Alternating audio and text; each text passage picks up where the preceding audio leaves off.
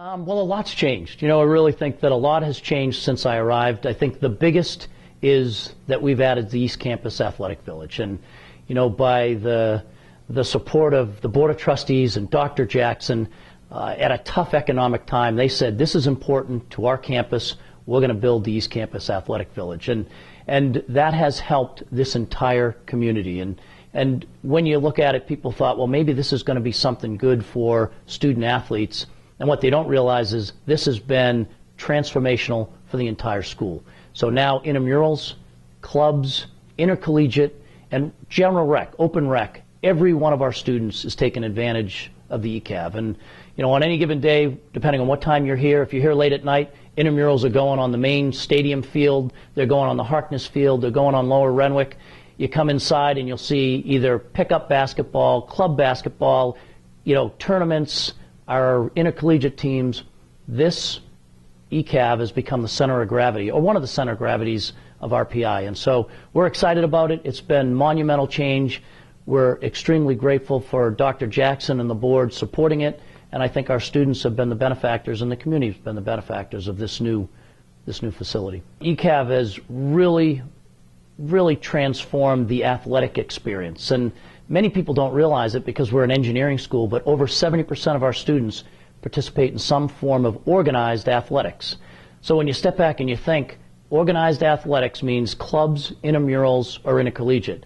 Over 70% of our students are involved in that. And that means for intramural soccer, 74 teams of soccer players.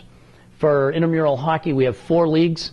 And if you want to have just absolute fun, go to the D level and watch them on a Friday night. They learn how to skate, but they don't learn how to stop right away. And so they're either using the goalpost or the referee or one of their teammates or another teammate to stop. But it really is a chance for our students to get out and compete and have some fun outside of the classroom.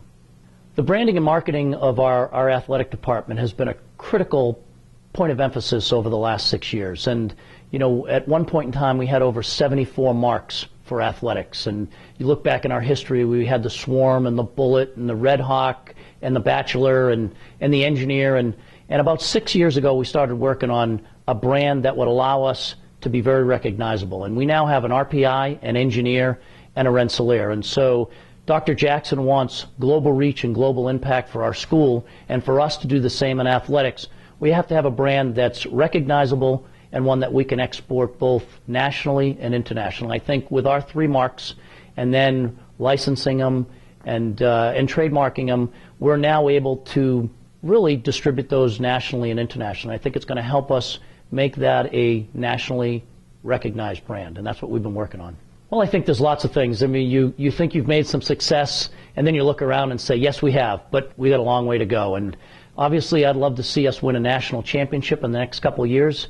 I'd like to see not just one team, but all of our teams get to the NCAAs on a normal basis. NCAA becomes the expectation.